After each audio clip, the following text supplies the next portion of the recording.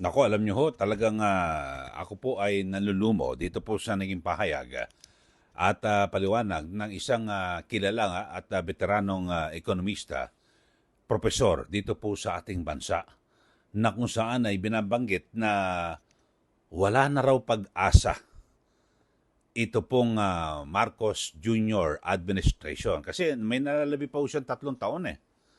Kasi kadalasan din, ako pwede pa, kaya pa yan. Pero sabi niyo talagang wala na tayong pag-asa sa kasalukuyang administrasyon.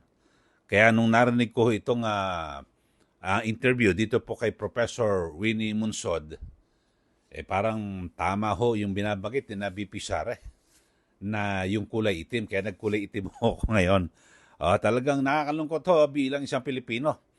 At hindi po matatawaran din naman yung kredibilidad at katalinuhan nito pong si Professor Winnie Munsod na isang kilalang ekonomista dito po sa ating bansa na ngayon po ay nagsasabi na wala na raw po tayong pag-asa o wala na raw nababanaaga na pag-asa sa ilalim po ng Marcos Jr. administration. So maganda pakinggan niyo ho ito sa mga hindi pa ho nakakapanood at siyempre ating hong hihimayin at tatalakayin yung kanyang binabanggit. Ito ho Is there still hope for this administration in the last 3 years until 2028? You want my... Honest opinion. No. Because you've got people around the president who do not deserve to be in government, who do not. He has so much potential, and he means well. His first SONA address, I was kind of impressed. Of course, he was so kind to Duterte, and now he's so brutal to Duterte. You know how these things change. He was so thankful to Duterte. I mean, don't look at what he talks about. You look at what he actions. does. Is there still hope for this administration? Yun ho, mga kababayan, ang tanong ho ng broadcaster na si Rico Hison ay meron pa ba pag-asa? Kasi may nalalabi pang 3 taon na termino. Ito pong si Pangulong Marcos Jr. So, ang sabi ho ni Professor Winnie Munsod, nagsabi pa, gusto mo ba talaga na magsabi ako ng totoo? Ayun ho, wala raw. Wala na. Bakit daw ho? Kasi matindi rin daw ho yung mga nakapaligid ho sa Pangulo, kanya-kanyang interes at talagang iba ho. So, wala na ho tayong pag-asa. Ang gagawin na lang ho ng mga Pilipino, talaga mag-aantay na lang po tayo sa 2028 elections at kung sino ho ang gustong o kung sino ang mahahalal na bagong Pangulo ng Republika ng Pilipinas. So, yun po nakalulungkot ho, no? Kasi binabanggit niya ho, nung una, sa unang araw, o mga araw ng termino ni Pangulong Marcos Jr. noong 2022, di ba? Sabi ho ni Professor Winnie Munsod, talagang nakita ho yung ang galing ni Marcos Jr. Talagang, di ba, pinupuri, kinikilala niya yung kanyang sinundan, ito pong si dating Pangulong Duterte, at talagang napakabait ito, no? Tapos, biglang nagbago. Naging brutal daw ang kanyang panindigan at pag-istima dito sa dating Pangulo. Siyempre, ano ho ba ito naging brutal? Yung nangyari ho na mabilis ang pagpapaaresto at pagpapakulong doon sa ICC sa The Hague, the Netherlands, ito pong kay dating Pangulong Duterte. So, bigla-bigla ho, nagbago. Samantalang, 'di ba, yung nakarang kampanya, unit team So talaga nagkaisa. Yung sabi ho ni Professor Winnie Munsod, bakit biglang naglaho na parang bula yung dating sinasabi niya na papuri, ngayon naging brutal. At talagang siyempre hindi mo maalis na. Yun talaga, nagkaaway na ho silang mortal. Ang pamilya Duterte at ang pamilya Marcos. So bilang isang Pilipino, mga kababayan, nakalulungkot. Kasi mukhang yung susunod na 3 taon, wala na. Wala nang saysay ho, mga kababayan. At kaya nga ngayon, alam nyo, patapos po na itong eleksyon na ito, lahat po ng mga politiko nakafocus na po yan. Para saan? 2028 elections na. At maituturing ho, no? Ito, mga usap-usapan, ako perception lang, na para magiging lame duck na si Pangulong Marcos Jr. Na ibig sabihin, nandyan bilang Pangulo, pero hindi na masyadong pinapansin o kung naman dahil sa yung focus ng iba. Titignan sino ba yung mga pwedeng manalo. Nako, lahat. Alam niyo naman yung ibang mga politiko natin kung sino po ang kanilang pakikinabangan. Ngayon pa lang magdidikita na mga yan para po sa 2028. O yun ho. So, mukhang masasayang, maagang nasayang, no? Yung parang naging 3 taon lang termino ni Pangulo Marcos Jr.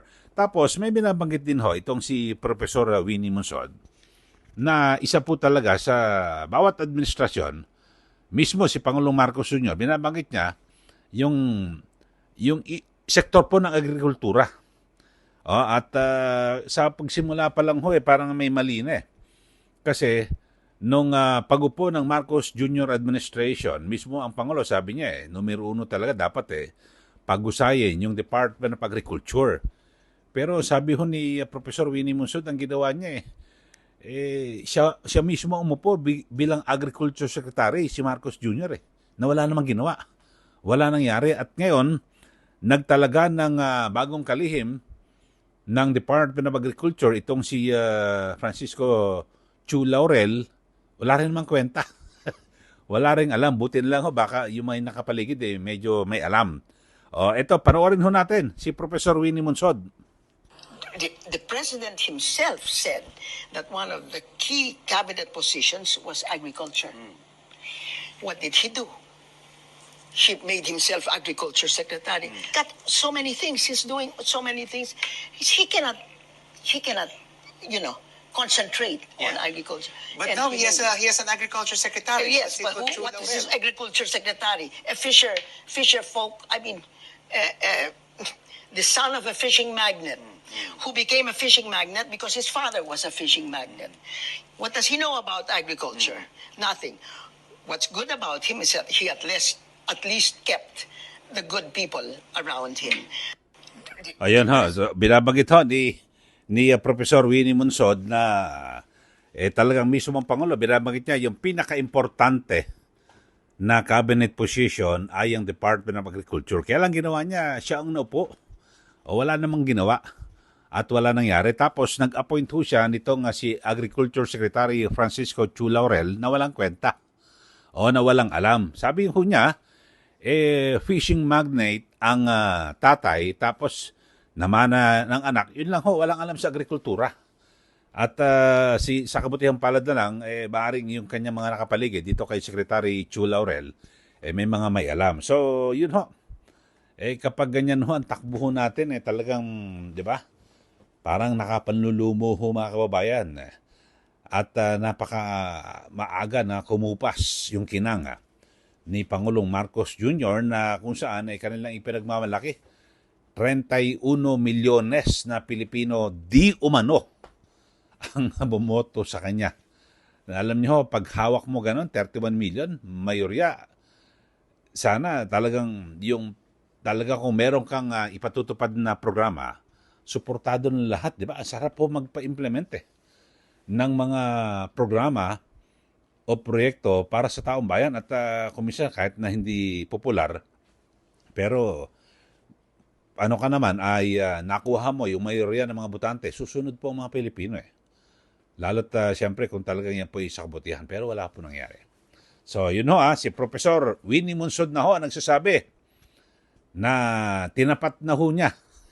Ang bigat ng tanong ni Rico Ison. Sabi niya, meron pa ba tayong maasahan na pag-asa sa nalalabing 3 taong termino ni Pangulong Marcos Jr.? Ang sabi po ni Professor Winnie Monsod, gusto mo ba ako magsabi ng totoo? Wala na. Walay. Awanin. So yun po, sabi po, ayun napakatagal na yan at veteranong ekonomista, natuturo yan sa Universidad ng Pilipinas. Ito si Professor Winnie Monsod. Kaya't talagang inaaral na rin lahat. Noong una, bilib daw siya kay Marcos Talagang parang ang ganda ng simula. Pinupuri. At kinikilala, ito pong si dating Pangulong Duterte, pero bigla, yun, ipinakulong. Ipinaaresto, ipinakulong. Yun ho, ang nangyari sa kasalukuyang administrasyon. Ewan ko lang ho. Pero sa ngayon, ay tayo naman mga Pilipino, alam niyo, matiisin ho tayo eh. At kung ano man yung mga sinasabi na walang pag-asa. Pero kung minsan ganun, di ba, taon-taon, tuwing, di ba, lahat ho tayo sa pagsalubong ng bagong taon, lagi ho tayong umaasa. Yung positibo na pagpasok ng taon. So siguro ganun lang ho. Yung mga Pilipino ho talagang matiisin at laging umaasa ng positibo. Kaya nga, 'di ba, ang kasabihan habang buhay may pag-asa. So ganun lang ho mga kababayan at siguro manalangin na lang ho tayo na sana alam mo may 3 taon pa, sayang ho na nalalabing termino si Pangulong Marcos Jr. Siguro pinakamainam ho na gawin ng Pangulo, lumingon ka sa kaliwa, sa kanan at sa iyong likuran. Kasi ang sinasabi, mga nakapaligid sa iyo at isa rin yan sa talagang nagpapasira. Kasi alam niyo naman, lahat ho ng Pangulo ng bansa, yung kanilang intensyon Ako hindi ko questionin lahat ng kanilang intensyon, gusto pong makatulong sa bayan, di po ba? Pero dito kay Pangulong Marcos Jr., ang akala ho natin na para yung pag-upo niya, may redeem. Yung ibig sabihin yung lahat ng mga masasama na dungis, yung mga talagang mga paratang at dungis sa kanilang pamilya Marcos, di ba? Na magnanakaw, kung ano-ano, umabuso sa pangyarihan, lahat-lahat, pag-upo niya, buburahin niya ng magandang performance, di ba? Pero parang wala ko sa ngayon. Yun nga ho, tapat talagang derechahan, sabi po ni Professor Winnie Monsod, wala ng pag-asa. Wala. Pero tayo mga Pilipino, lalo na yung mga kabayan natin, kahit na naghihirap po tayo, ganun ho talaga, habang buhay may pag-asa, positibo lang ho tayo. Pero tignan ho natin kung ano kalalabasan ng eleksyon na ito. Magantabay ho tayo. At siyempre, kung sino yung mga sinasabi natin na posibleng maging presidente sa 2028. Sa mga hindi pa ho nakakapag-subscribe, subscribe na po kayo dito po sa ating YouTube channel at huwag nyo rin pong kalimutan na i-share at i-like ito hong ating YouTube channel. Maraming salamat po mga kababayan. Muli, ito po si Ka Eli. Magandang araw po sa ating lahat.